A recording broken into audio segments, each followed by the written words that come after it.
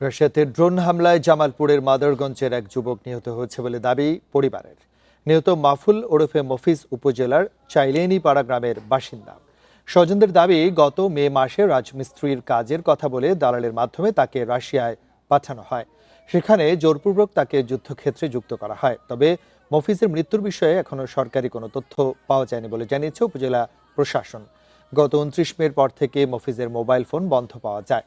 পরে সামাজিক যোগাযোগ মাধ্যমে ছড়িয়ে পড়া একটি অডিও বার্তার মাধ্যমে তার মৃত্যুর খবর জানতে পারে পরিবার। সরকারি উদ্যোগে মফিজের প্রকৃত অবস্থা ও মরদেহ দেশে আনার আকুতি জানিয়েছেন স্বজনেরা।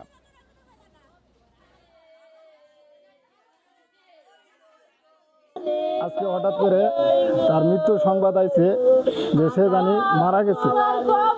আমরা এখনো ভালো মন্দ কিছু জানতে পারিনি। আপনাদের কাছে এটাই উদাত্ত আহ্বান, যাতে আমার ভাইটা বেঁচে থাকুক আর মৃত্যুতে থাকুক, আমার ভাইয়ের লাশটা যেন আমার বাড়িতে পৌঁছে।